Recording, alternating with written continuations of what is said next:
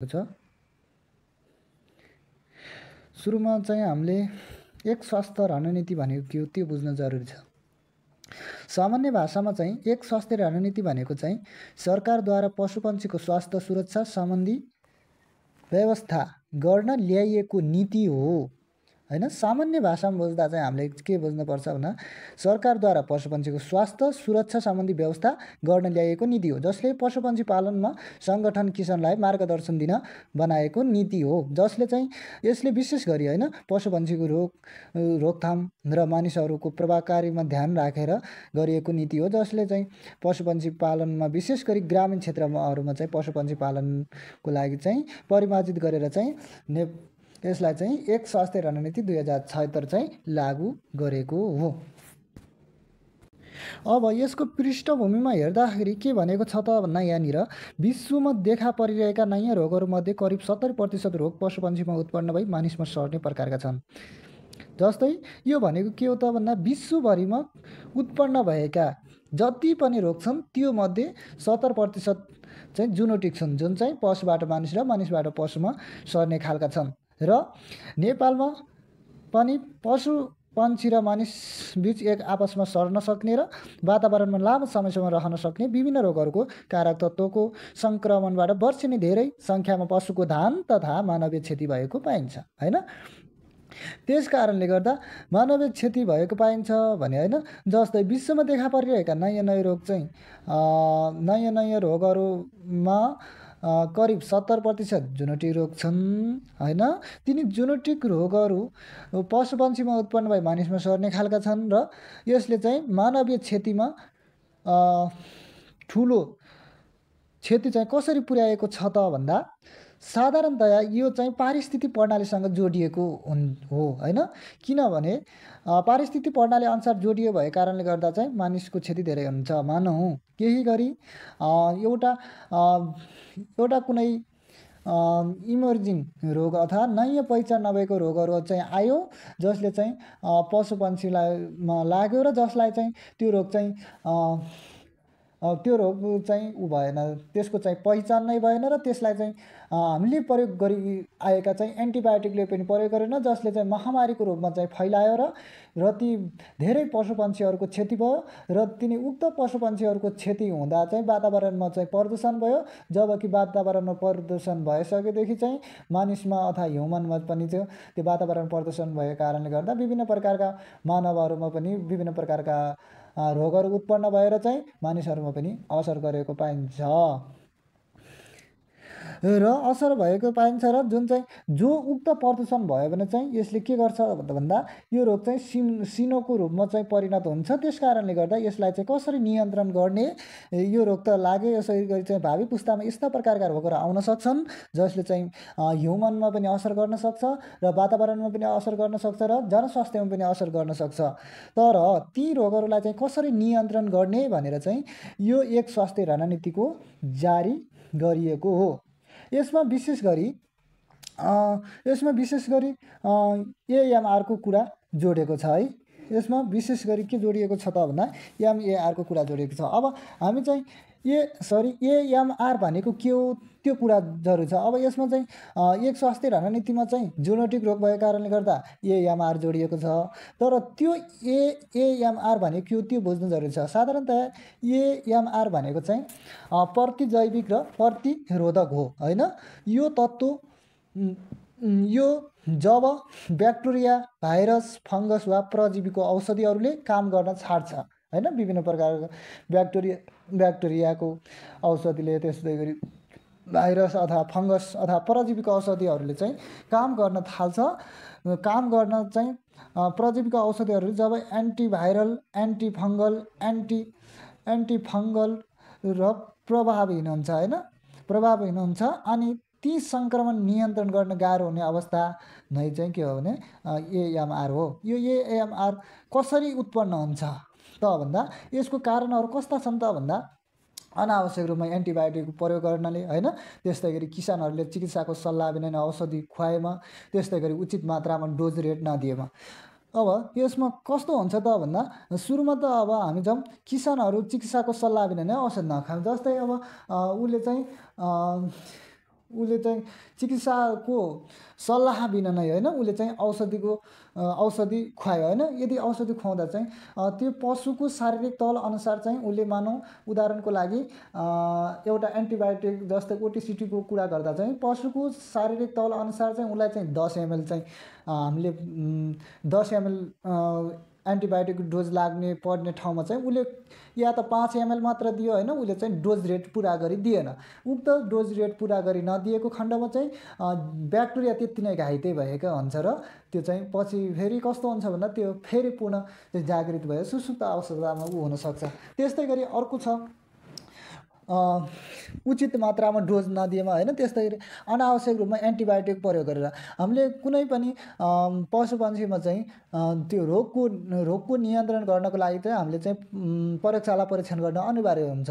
किनभने हामीले चाहिँ प्रयोगशाला परीक्षण गरिनौँ भने विभिन्न प्रकारका रोगको लक्षणहरू एउटै हुनसक्छ होइन। कहिलेकाहीँ लक्षणहरू एकै खालको हुनसक्छ। त्यस कारणले गर्दा हामीले चाहिँ प्रयोगशाला परीक्षण गर्ने अनि चाहिँ कुन जीवाणु अथवा कुन ब्याक्टेरिया त्यसलाई चाहिँ पहिचान गरेर मात्र चाहिँ औषधि दिनुपर्ने ठाउँमा एन्टिबायोटिक चलाउनु पर्ने ठाउँमा चाहिँ त्यत्तिकै चलाइयो होइन। हावातारी भरमा चाहिँ त्यत्तिकै चलाइयो भने चाहिँ यो एएमआर हुने सम्भावना बढी हुन्छ। यदि यो एएमआरको विकास भयो भने चाहिँ एन्टिबायोटिकहरूले रोग निको पार्न सक्दैन होइन। रोग निको पार्न सक्दैन र उक्त एएमआरमा भएका पशुपालनबाट उत्पन्न भएको मासु वा दुग्ध उत्पादन मानिसले चाहिँ सेवन गर्न पुगेमा चाहिँ मानिसमा पनि असर हुने गर्छ होइन। त्यसैलाई भन्ने गर्छ जेनेटिक होइन। जस्तै अब एएमआर भएको पशु अब हामीले चाहिँ पशुपालन गर्ने किन एउटा मासुको लागि एउटा हामीले दुधको लागि होइन। हामीले चाहिँ उक्त उद्देश्यको लागि पालेको पशुमा चाहिँ एएमआर भएको छ र त्यहीको दुध वा मासुको सेवन गऱ्यौँ भने चाहिँ ह्युमनमा पनि चाहिँ त्यसले के गर्छ असर पुर्याउँछ। त्यस कारणले गर्दा विभिन्न प्रकारका तिनी भयावह भावी आउने पुस्तामा चाहिँ भयावह चाहिँ सङ्क्रमणयुक्त होइन तिनीहरू चाहिँ भाइरस जस्ता तिनी कुराहरू चाहिँ आएर होइन भावी पुस्तामा चाहिँ त्यो रोगलाई नियन्त्रण गर्न नसक्ने अवस्था भयो भने चाहिँ जनस्वास्थ्यमा असर होइन। त्यस्तै गरी पशु स्वास्थ्य तथा वातावरणीय स्वास्थ्यमा चाहिँ निकायबाट सकारात्मक रूपमा चाहिँ त्यसलाई चाहिँ नियन्त्रण गर्न कठिन भयो भने चाहिँ भयावह हुनसक्छ। त्यस कारणले गर्दा यसलाई नियन्त्रण गर्नको निमित्त हामीले चाहिँ एन्टिबायोटिक चलाउने हो। जुन एन्टिबायोटिकलाई चाहिँ डोज रेट अथवा त्यसको आवश्यकता अनुसार डोज रेट दिएन होइन। त्यस्तै गरी हावातारीको भरमा चाहिँ एन्टिबायोटिक चलाइयो होइन। त्यस्तो गरियो भने चाहिँ त्यो एएमआर हुने कुरा भयो। त्यस कारणले गर्दा यो एन्टिबायोटिक कुरा गरेर ल्याउँदा चाहिँ एन्टिबायोटिकको चाहिँ एउटा यस्तो छ कि जुन चाहिँ सन् 1928 को कुरा हो। एन्टिबायोटिकको इतिहास लेखेका छन् कसले भन्दा अलेक्जेन्डरले होइन। अलेक्जेन्डरले भनेका थिए सन् 1928 मा अलेक्जेन्डरले के भनेका थिए त भन्दा पेनिसिलिनलाई एउटा चाहिँ डिस्कभर वा पत्ता लगाएका थिए होइन। डिस्कभर लगाएका थिए र त्यतिखेर उनले के भनेका थिए त भन्दा एन्टिबायोटिक अहिलेको एन्टिबायोटिक जुन एउटा जादुगर ड्रग हो होइन। जुन चाहिँ ड्रगको रूपमा प्रयोग हो जुन ड्रग चाहिँ जादुगर औषधि हो होइन। उसले चाहिँ प्रयोग गर्न जान्यो भने चाहिँ जादुगर औषधि हो। यदि चाहिँ प्रयोग गर्न जानेन भने चाहिँ यो के हो भन्दा ड्रग हो जसले चाहिँ मानिस लगायत विभिन्न प्रकारका वातावरण विभिन्न प्रकारका पशु स्वास्थ्यमा चाहिँ यसले चाहिँ हानि पुर्याउँछ होइन। त्यस कारणले गर्दा यो चाहिँ जादुगर औषधि हो जुन राम्ररी प्रयोग भयो भने चाहिँ दीर्घकालीन समयसम्म राम्रो सेवा दिन सक्छ र जानवर ह्युमनलाई पनि बचाउँछ। यदि यसको गलत प्रयोग भयो भने चाहिँ यसले चाहिँ भयावह निम्त्याउन सक्छ भनेका थिए। जुन कुरा अहिले भएको छ होइन। जबकि पेनिसिलिनलाई चाहिँ दोस्रो विश्वयुद्धमा चाहिँ धेरै सैनिकलाई चाहिँ बचाएको थियो। जुनले चाहिँ पेनिसिलिनलाई प्रयोग गरेर धेरै सैनिकहरूको ज्यान जोगाइएको थियो र उसले चाहिँ मानिसलाई चाहिँ बाँच्ने एउटा आधारको बाटो दिएको थियो अथवा बाँच्ने ऊर्जाको स्रोत बनिरहेको थियो भने त्यही औषधि चाहिँ अहिले यिनी विभिन्न प्रकारका प्रयोग गर्न नजानेले होइन अनावश्यक रूपमा त्यो अनावश्यक रूपमा त्यसको चाहिँ डोज रेट नमिलाएर चाहिँ त्यसलाई चाहिँ प्रयोग गरेको कारणले गर्दा होइन, त्यस्तै गरी त्यसलाई चाहिँ अनावश्यक रूपमा चाहिँ एन्टिबायोटिकको प्रयोग गर्ने कारणले गर्दा चाहिँ त्यो अहिले कस्तो अवस्थामा पुग्यो भन्दा एन्टिबायोटिकलाई चाहिँ यिनी ब्याक्टेरियाहरूले नटेर्ने अवस्था आयो। यसरी नटेर्दै जाँदा भोलिका दिनमा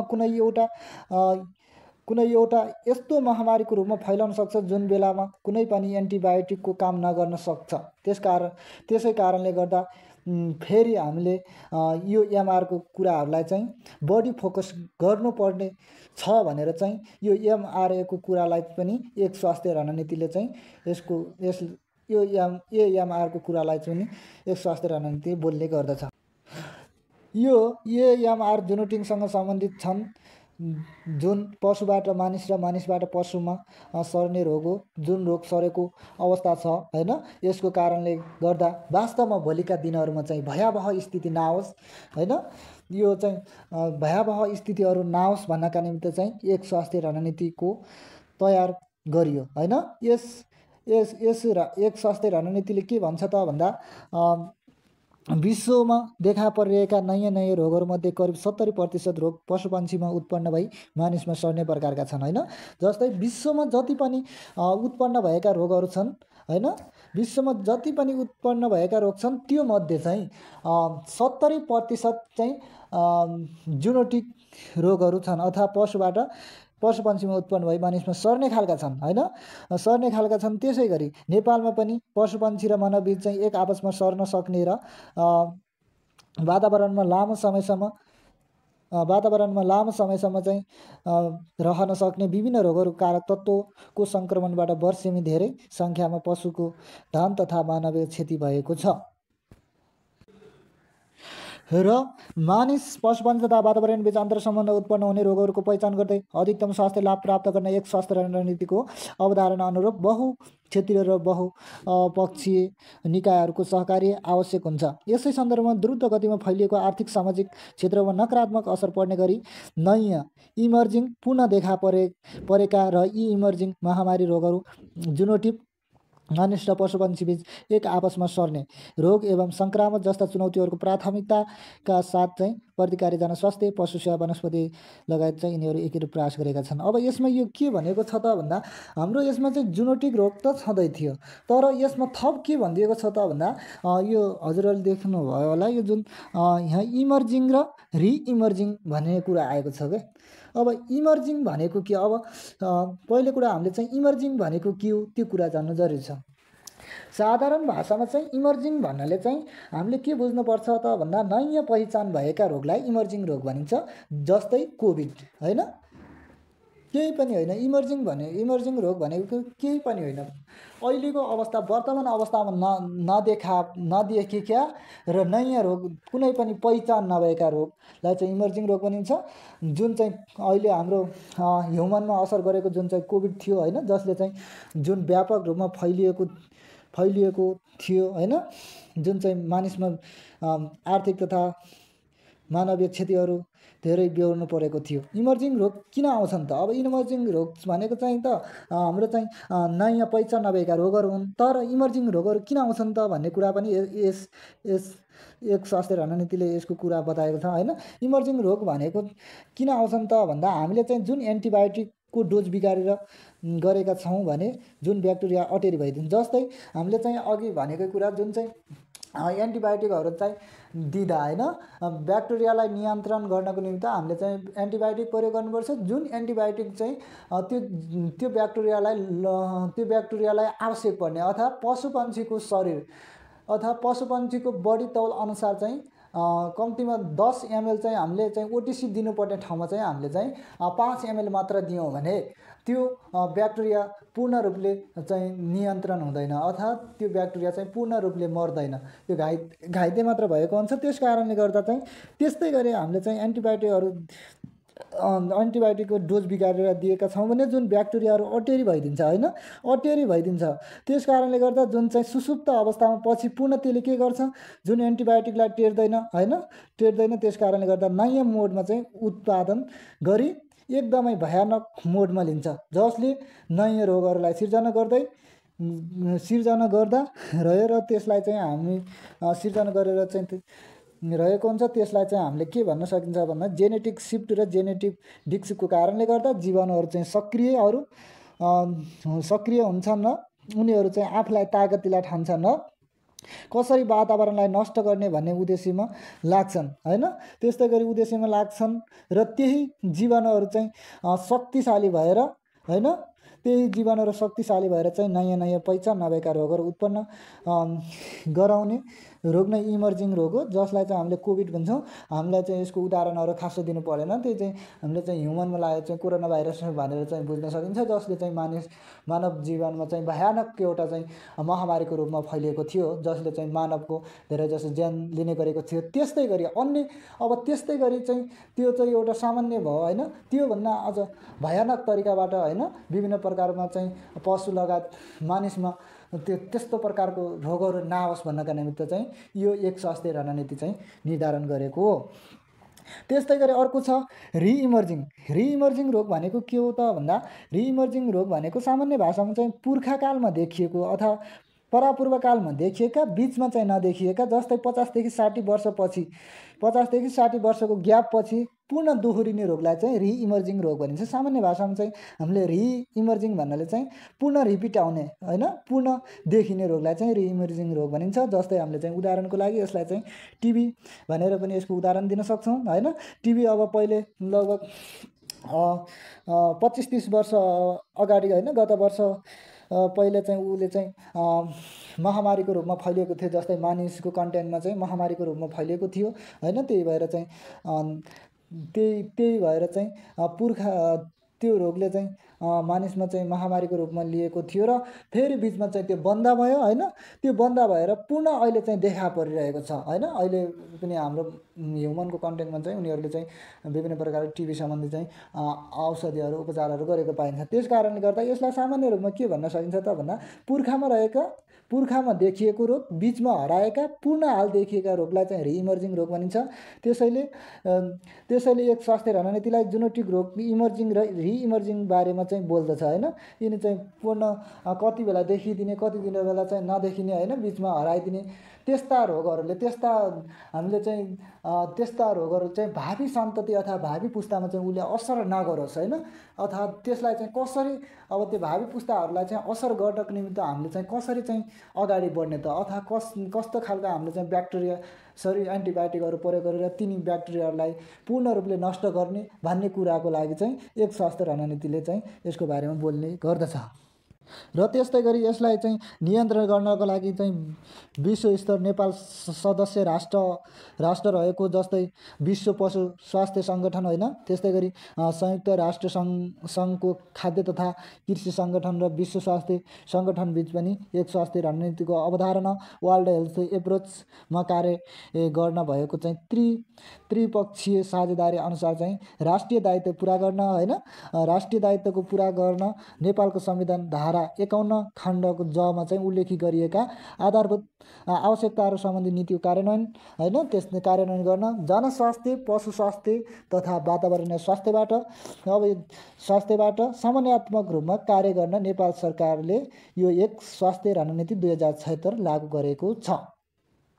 यसमा भन्न खोजेको कुरा के हो त भन्दा नेपालको वर्तमान संविधानको धारा 51 को खण्ड जमा उल्लेखित गरिएका नागरिकताका आधारभूत आवश्यकता सम्बन्धी होइन नीतिको कार्यान्वयन गर्न जनस्वास्थ्यमा पनि असर नहोस् होइन, त्यस्तै गरी पशु स्वास्थ्यमा पनि असर नहोस् र वातावरणीय स्वास्थ्यमा पनि असर नहोस् भन्नका निमित्त समन्वयात्मक रूपमा चाहिँ यसले चाहिँ एक स्वास्थ्य रणनीति 2076 साल चाहिँ यो चाहिँ लागू गरेको हो।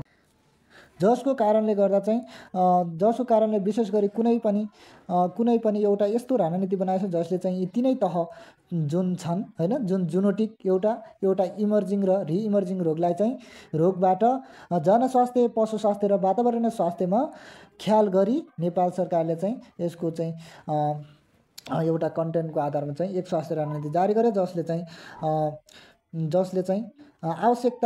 अनुसार चाहिँ होइन विशेष गरी चाहिँ महामारी र जुनोटिकलाई बढ्दो जोखिमलाई चाहिँ यसलाई चाहिँ नियन्त्रण गर्नको लागि खोलिएको एउटा चाहिँ स्वास्थ्य रणनीति हो भन्ने कुरा यस स्वास्थ्य रणनीति 2076ले बोल्ने गर्दछ। अब यसका आवश्यकताहरू के छन् त भन्दा यसका आवश्यकताहरू के छन् त भन्दा सघन पशुपक्षी पालन होइन, त्यस्तै गरी पशु तथा पशुजन्य पदार्थको अवस्थिति बजारीकरण होइन, जनसङ्ख्यामा वृद्धि, बसाइसराई, वातावरणीय विनाश लगायतका कारणहरूबाट होइन, त्यस्तै गरी मानिसको घरपालुवा तथा जङ्गली जनावरमा नयाँ पुनः देखा परेका महामारी र जेनेटिक रोगहरूको जोखिम र बढ्दो छ होइन। यस्तो जोखिमलाई स्तर निर्धारण र निरन्तर निगरानी, समयमै पहिचान, रोकथाम तथा नियन्त्रण सम्बन्धी पूर्व तयारी र प्रतिकारको लागि बहुपक्षीय समन्वय गराई होइन, सहकारीको सूचनाको आदान प्रदान गराई होइन, त्यस्तै गरी आर्थिक स्रोतको समेत मितव्यक्ति ढङ्गले चाहिँ परिचालन गर्न यस स्वास्थ्य रणनीतिको सहयोगको आवश्यकता रहेको छ होइन। अब यसको दूरदृष्टि के छ त भन्दा जनस्वास्थ्य, पशु स्वास्थ्य र वातावरणीय स्वास्थ्यलाई प्रभाव पार्ने साझा जोखिम तथा चुनौतीको प्रभावकारी व्यवस्थापनबाट अधिकतम स्वास्थ्य लाभ लिन प्राप्त भएको हुने। यसले चाहिँ जनस्वास्थ्यलाई पनि असर नपारोस्, पशु स्वास्थ्यलाई पनि असर नपारोस् र वातावरणीय स्वास्थ्यलाई पनि प्रभाव नपारोस् भन्नका निमित्त चाहिँ यो चाहिँ एक स्वास्थ्य रणनीति चाहिँ जारी गरिएको हो। त्यस्तै गरी यसको एक स्वास्थ्य रणनीतिको लक्ष्य के छ त भन्दा नयाँ पुनः देखा परेका जस्तै इमर्जिङ रोग होइन र रिइमर्जिङ रोगहरू, महामारी र जेनेटिक रोगहरूको निरन्तर निगरानी होइन, त्यस्तै गरी रोकथाम नियन्त्रण गर्न सम्बन्धित सरकारवालाहरूबीच समन्वय तथा सहकारी गर्दै उपलब्ध स्रोत साधनको समुचितको उपयोग गरी एक स्वास्थ्य रणनीति अवधारणासँग सम्बन्धित क्रियाकलापहरूलाई प्रवर्धन गर्ने भन्ने एक स्वास्थ्य रणनीतिको लक्ष्य रहेको छ। त्यस्तै गरी यसका उद्देश्यहरू के छन् त भन्दा समन्वय र सहकारीका लागि बहुपक्षीय सरकारवालाहरूबीच सञ्चालन स्थापना गर्ने, त्यस्तै गरी महामारीको समयमा पहिचान र सूचनालाई प्रणालीलाई समृद्ध गर्ने, जस्ता होइन यिनी विभिन्न प्रकारका कुनै पनि देशमा चाहिँ यो एउटा महामारी रूपमा चाहिँ भयङ्कर रूपमा चाहिँ फैलिएर आउँदैछ होइन, त्यसको लागि चाहिँ अब हामीले चाहिँ नेपालको कन्टेन्टमा चाहिँ यसलाई चाहिँ कसरी नियन्त्रण गर्ने होइन, त्यसलाई चाहिँ कसरी चाहिँ नेपालमा प्रवेश गर्न नदिने जस्ता कुराहरूलाई चाहिँ नेपाल सरकारले अथवा देशमा चाहिँ विभिन्न प्रकार स्थानीय सेवा समग्रमा चाहिँ त्यसले चाहिँ सूचना प्रवाह गरेर किसानहरूलाई चाहिँ जनचेतनामूलक कार्यक्रम, त्यस्तै गरी सडक नाटक होइन, त्यस्तै गरी विभिन्न प्रकारका उनीहरूलाई चाहिँ सूचनाको प्रचारबाट होस् या अन्य सञ्जालको माध्यमबाट होस्, जुनसुकै माध्यमबाट चाहिँ किसानहरूलाई चाहिँ सजग रहन चाहिँ आदेश अथवा जानकारी दिने होइन।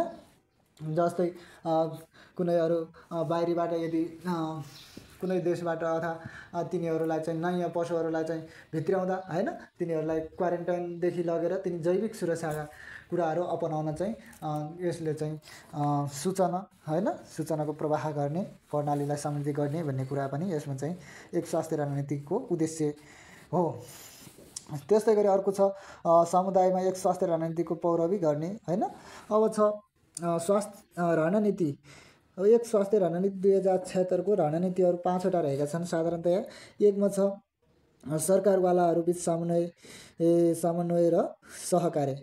अब सरकारवाला बीच चाहिँ समन्वय सहकारी कसरी गर्ने त भन्दा एक स्वास्थ्य अवधारणालाई सङ्घ प्रदेश र स्थानीय तहमा कार्यान्वयन गर्न सरकारवालाहरूबीच प्रभावकारी समन्वय र सहकारीको लागि विभिन्न समितिहरूको व्यवस्थापन गर्ने, जस्तै मन्त्री, कृषि तथा पशुपन्छी विकास मन्त्रालय, स्वास्थ्य तथा जनसङ्ख्या मन्त्रालय, कृषि तथा पशुपन्छी विकास मन्त्रालय होइन, जस्ता यिनी खानेपानी मन्त्रालय, त्यस्तै गरी अर्ध मन्त्रालय, राष्ट्रिय योजना आयोग, यिनी सबैलाई चाहिँ एउटा चाहिँ गरेर चाहिँ सरकारहरू बिचमा चाहिँ सहकार्य गर्ने होइन, समन्वय र सहकार्य गर्ने पर्दछ। त्यस्तै गरी अर्को छ यसको अर्को रणनीति रहेको छ 2मा एकीकृत रूपमा चाहिँ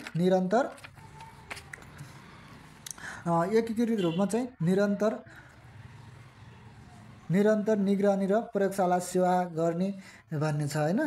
अब यसमा के गर्न सक्छ त भन्दा यसका लागि चाहिँ एकीकृत रूपमा चाहिँ एक स्वास्थ्य अवधारणा कार्यान्वयन गर्दा चाहिँ जोखिमपूर्ण आधारित निगरानी योजना प्रयोग गरिनेछ होइन। त्यस्तै गरी समुदायमा संलग्न गराउने, त्यस्तै गरी निगरानी पद्धति अनुक्रम गर्ने, मौजा क्षमता र तरिका परिमार्जित गर्ने होइन। त्यस्तै गरी सर्वेक्षण निरन्तर निगरानी अनुगमनबाट फैलाउन नदिने होइन। त्यस्तै गरी विभिन्न प्रकारका नयाँ पुनः देखा परेका महामारी र जुनोटिक रोगहरूको प्राथमिकताको निर्धारण गर्ने होइन। त्यस्तै गरी वन्यजन्तु वनस्पति खाद्य समेतलाई चाहिँ समावेश गरी निरन्तर निगरानी तथा उपयुक्त मार्गदर्शन चाहिँ गराउने कुराहरू चाहिँ एक स्वास्थ्य रणनीतिको एकीकृत रूपमा रोगको निरन्तर र निगरानी र प्रयोगशालाको सेवामा पर्दछ। त्यस्तै गरी अर्को रणनीति 3मा रहेको छ।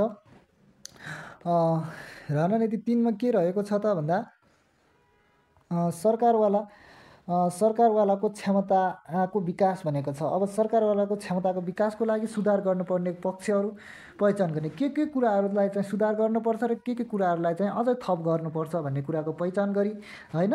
तन्दुरुस्त रूप क्षमता विकास सम्बन्धी योजना तर्जुमा गरिने होइन। त्यस्तै गरी रणनीति निम्नानुसार चाहिँ बनाउनु पर्दछ भन्ने छ होइन। जस्तै प्रयोगशालामा उपलब्ध सुविधा र आवश्यकता अनुसार सम्बन्धी बहुपक्षीय सरकारवालाको समेत होइन। त्यस्तै गरी सरकारवाला समेतमा चाहिँ प्रयोग गर्न सक्ने व्यवस्थापन मिलाउने होइन। त्यस्तै गरी अर्को छ सम्बन्धित सरकारवालाहरूको चाहिँ मौजुदा जनशक्ति आर्थिक तथा अन्य स्रोत साधनहरूको मापन गरी सुधार गर्नुपर्ने पक्षहरू समेत यकिन गरी क्षमताको विकास योजना तर्जुमा गर्ने होइन। त्यस्तै गरी खाद्य पदार्थ रोगको अन्तर्राष्ट्रिय स्वास्थ्य नियमावली 2005मा कन्डेक्सन र एलिमेन्टेरियसका प्रावधान अनुरूप चाहिँ अन्वेषण तथा निदान गर्ने क्षमताको विकास गराउने जस्ता कार्यहरू छन्। त्यस्तै गरी रणनीति 4मा के छ त भन्दा पूर्व तयारी र प्रतिकार्य। पूर्व तयारी र प्रतिकार्यमा चाहिँ कुनै पनि होइन नयाँ पुनः देखा परेका महामारी जस्तै रिइमर्जिङ होइन महामारी तथा गम्भीर प्रकृतिका रोगहरूलाई समयमा चाहिँ सम्बोधन गर्ने अथवा समयमा चाहिँ त्यसलाई चाहिँ पहिचान गर्ने होइन। तिनी रोगहरूलाई चाहिँ समयमा पहिचान गर्ने र उक्त आउने खालका अथवा भावी पुस्तामा आउने खालका तिनी रोगहरू छन् तिनीहरूलाई चाहिँ कसरी नियन्त्रण गर्ने भन्ने कुरामा पनि पूर्व तयारी र प्रतिकार्यका लागि सरकारवालाहरूबिच पर्याप्त सम्बन्ध र सहकारी गर्ने पद्धतिको विकास गरिने होइन।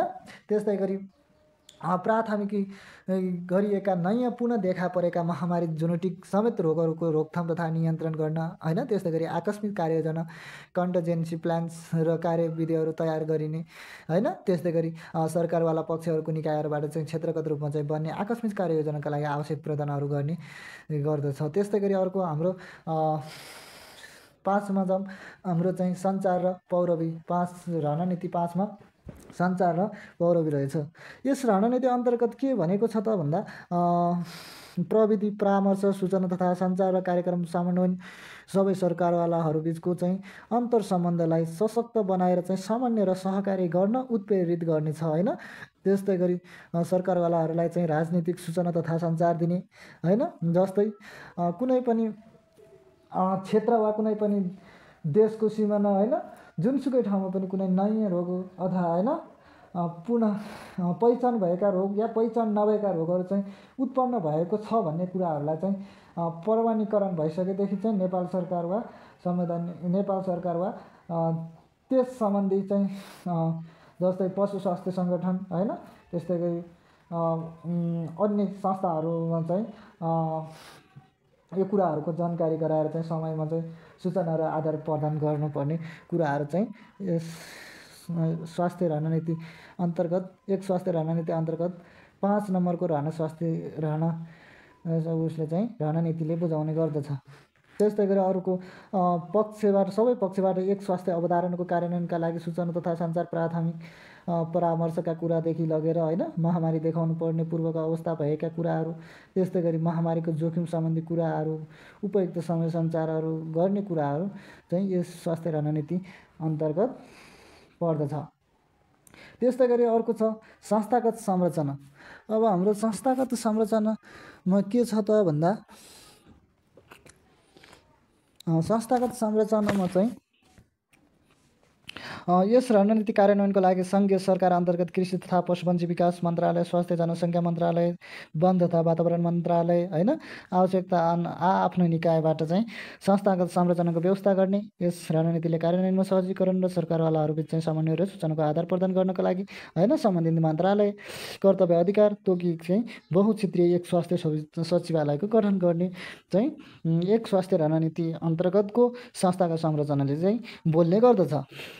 त्यस्तै गरी एक स्वास्थ्य रणनीतिको आर्थिक पक्षहरू के छ त भन्दा आर्थिक पक्ष सरकारी बजेट होइन, त्यस्तै गरी बौद्धिक सहयोग र निजी क्षेत्रको होइन यस क्षेत्रमा हुने लगानी समग्र र रणनीतिको कार्यान्वयनको लागि वित्तीय आधारहरू हुनेछन् होइन। त्यस्तै गरी अर्को छ एक स्वास्थ्य रणनीतिको मूल्य तथा अनुगमन तथा मूल्याङ्कन के रहेको छ त भन्दा यस रणनीति अनुरूप चाहिँ सञ्चालित कार्यक्रमको नियमित रूपले चाहिँ अनुगमन तथा मूल्याङ्कन गरिने होइन व्यवस्थाको लागि चाहिँ प्रभावकारी संयन्त्र गरी कार्यान्वयन ल्याएको छ। अनुगमन तथा मूल्याङ्कनको लागि ढाँचाका लागि राष्ट्रिय योजना आयोगको मार्गदर्शन र अन्तर्राष्ट्रिय मापदण्ड अनुरूप हुने गरी तयार गरिने।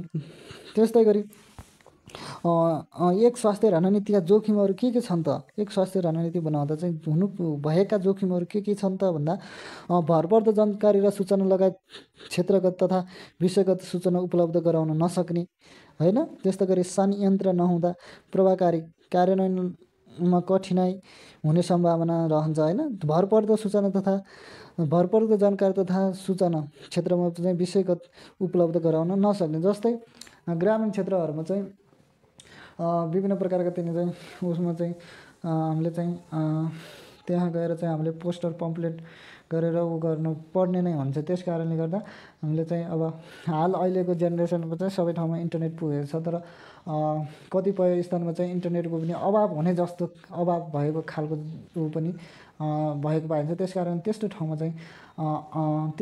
चाहिँ सूचना अलिक ढिला पुग्ने होइन, जुन चाहिँ हामीले चाहिँ हाम्रो जस्तै हाम्रो अलिक विकसित क्षेत्रमा चाहिँ उनीहरू चाहिँ मानौँ कि एआईदेखि लगेर अन्य चाहिँ आधुनिक तरिकाबाट गरिँदैछ होइन। जस्तै हामीले क्यास्ट्रेसन गर्नु पऱ्यो भने हामीले चाहिँ आधुनिक तरिकाबाट जस्तै बडी जो होइन क्यास्ट्रेसनबाट गरिन्छ भने हाम्रो ग्रामीण क्षेत्रमा चाहिँ उही परम्परागत तरिकाबाट पनि गरिने छ क्या, गरिने प्रचलित अझै पनि छ। त्यो किन त भन्दा त्यहाँ विकसित छैन र त्यहाँ के हो भन्दा आधुनिकीकरण गएको छैन हो। त्यस्तो ठाउँमा चाहिँ त्यस्तै गर्दा चाहिँ विभिन्न प्रकारको चाहिँ त्यो निर्मलीकरण हुन सकेन होइन। त्यो निर्मलीकरण गरेन त्यो व्यक्तिले अथवा त्यो प्रविधिले अथवा किसानले होइन। त्यो एउटामा चाहिँ प्रयोग गरेको उपकरणहरू चाहिँ अर्कोमा प्रयोग गर्दा चाहिँ त्यसलाई निर्मलीकरण गरेन भने त्योबाट चाहिँ अर्को पशुमा चाहिँ रोग सरेर चाहिँ त्यसरी पनि महामारीको रूपमा फैलिन सक्छ। त्यस कारणले गर्दा यसले के भन्न खोजेको हो त भन्दा अनुगमन यसको जोखिम चाहिँ सूचना उपलब्ध गराउन नसकेको कारणले गर्दा यस्ता प्रकारका चाहिँ जोखिमहरू उत्पन्न हुन सक्छन् भन्ने कुरा चाहिँ एक स्वास्थ्य रणनीति 2076 को जोखिममा बताएको छ होइन। त्यस्तै गरी अर्को छ कार्यक्रम कार्यान्वयनको लागि आवश्यक जनशक्ति होइन। आवश्यक जनशक्ति प्राविधिक तथा आर्थिक स्रोत उपलब्ध नहुँदा होइन। जस्तै कुनै पनि कार्यक्रमको कार्यान्वयन गर्दा चाहिँ अब ग्रामीण क्षेत्रमा चाहिँ त्यो सम्बन्धी चाहिँ गर्न चाहिँ जनशक्तिहरू उपस्थित नभइदिने होइन। त्यस्तै गरी प्राविधिकको अपिक हुने होइन। त्यस कारणले गर्दा अथवा प्राविधिकहरू कम ज्ञानसिप भएका होइन, त्यस्तो अगुवा कृषकहरूमा पनि अलि चाहिँ ज्ञानसिप पूर्ण रूपले नभएका त्यस्ता खाले चाहिँ हुने गर्छन्। त्यस कारणले गर्दा स्रोत साधनको उपलब्ध नहुँदा होइन विभिन्न प्रकारले त्यहाँ चाहिँ आवश्यक पर्ने जस्तै ल्याबहरूमा तिनीहरूमा चाहिँ प्रयोग हुने चाहिँ उपकरणहरू अपुग हुने त्यस्ता प्रकारले चाहिँ एकीकृत रूपमा परिचालन गर्दा प्रभावकारी रूपमा नहुन सक्ने चाहिँ सम्भावना यस स्वास्थ्य रणनीति 2076ले चाहिँ 76 को चाहिँ असरहरू बताएको छ होइन। त्यस्तै गरी अर्को छ बाधा अड्काउ फुकाउने अधिकारहरू। यस स्वास्थ्य रणनीति अनुसार कार्यान्वयन सिलसिलामा चाहिँ कुनै पनि समस्या उत्पन्न भएमा चाहिँ सङ्घीय एक स्वास्थ्य निर्देशक समितिले चाहिँ बाधा अड्काउ पुर्याउन सक्ने छ भन्ने कुरा चाहिँ एक स्वास्थ्य रणनीति अन्तर्गत बताउँछ। र त्यस कारणले गर्दा हामीले चाहिँ जुनसुकै पनि जेनेटिक इमर्जिङ र रिइमर्जिङ रोगलाई चाहिँ जनस्वास्थ्य पशु स्वास्थ्य र वातावरणमा पनि ख्याल गरी नेपाल सरकारको वर्तमान संविधानले यस स्वास्थ्य रणनीतिको चाहिँ तयार गरिएको हो होइन। त्यस्तै गरी रणनीतिको आवश्यकता किन परेको हो त भन्दा यसले विशेष गरी महामारी र जेनेटिकको बढ्दो जोखिम छ त्यसलाई चाहिँ नियन्त्रण कसरी गर्ने र यसलाई चाहिँ भावी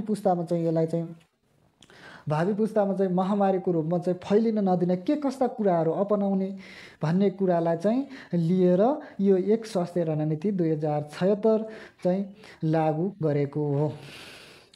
हवस् त साथीहरू, आजको टपिक चाहिँ यति नै थियो। कस्तो लाग्छ प्रतिक्रिया दिनु होला। यदि यसमा चाहिँ थप त्रुटिहरू केही छन् भने कमेन्ट गर्नु होला ताकि मैले सुधार्न मौका पाउनेछु। र थप यस्तै अर्को भिडियो चाहिन्छ भने पाटो भनेर कमेन्ट गर्नु होला।